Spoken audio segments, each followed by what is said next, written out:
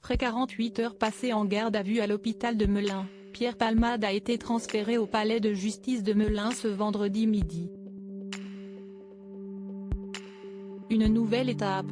Un juge d'instruction va maintenant décider d'une mise en examen, une semaine après l'accident de voiture qu'il aurait provoqué et dans lequel une famille entière a été très gravement blessée.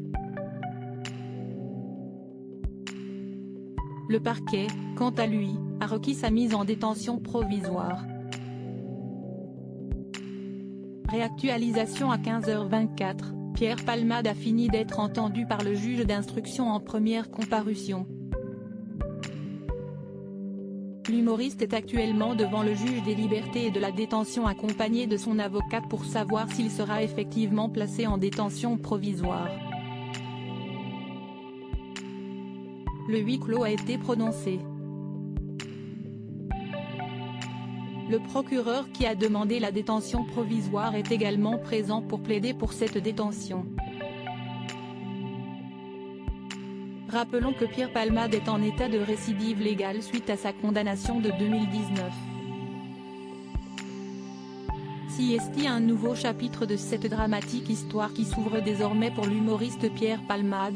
Après environ 48 heures de garde à vue, l'humoriste a été transféré ce 17 février au tribunal de Melun, non loin de l'hôpital où il avait passé ses dernières heures d'interrogatoire. L'humoriste est actuellement entendu par un juge d'instruction en vue d'une mise en examen dans le cadre d'une information judiciaire ouverte pour homicide et blessures involontaires, causées lors du très violent accident de voiture qui s'est produit vendredi 10 février. 3 personnes de la même famille avaient été très gravement blessées. L'humoriste, quant à lui, avait été testé positif à la cocaïne et à différentes drogues. Le placement en détention provisoire a été requis par le parquet. Plusieurs circonstances aggravantes ont également été retenues par le juge d'instruction, notamment la conduite sous stupéfiants. Justement, durant son audition, Pierre Palmade a confirmé avoir consommé de la cocaïne ainsi que divers produits de synthèse avant de prendre le volant. Un usage de drogue qui constitue une récidive, comme l'indique le procureur de la République dans un communiqué de presse. En 2019, l'ancien compère de Michel Larocque et Muriel Robin avait en effet déjà été condamné à 1 500 € d'amende pour les mêmes faits.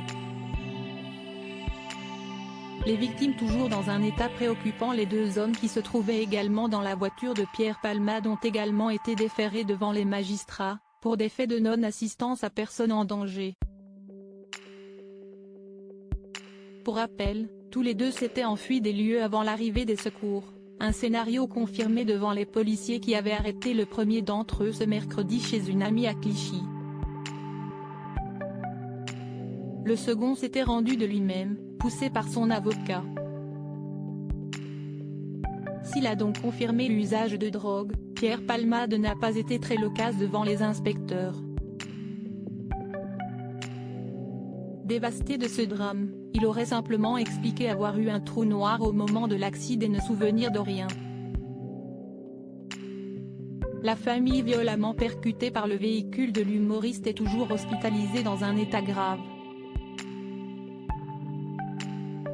Le conducteur et son fils, âgés de 6 ans, sont toujours en réanimation et souffrent de nombreuses blessures, même si le petit garçon se serait réveillé ces dernières heures. La femme qui les accompagnait, quant à elle, a perdu la petite fille dont elle était enceinte. L'autopsie n'a cependant pas pu établir pour le moment si le bébé est né vivant après la césarienne d'urgence qui lui a été pratiquée à l'hôpital ou non.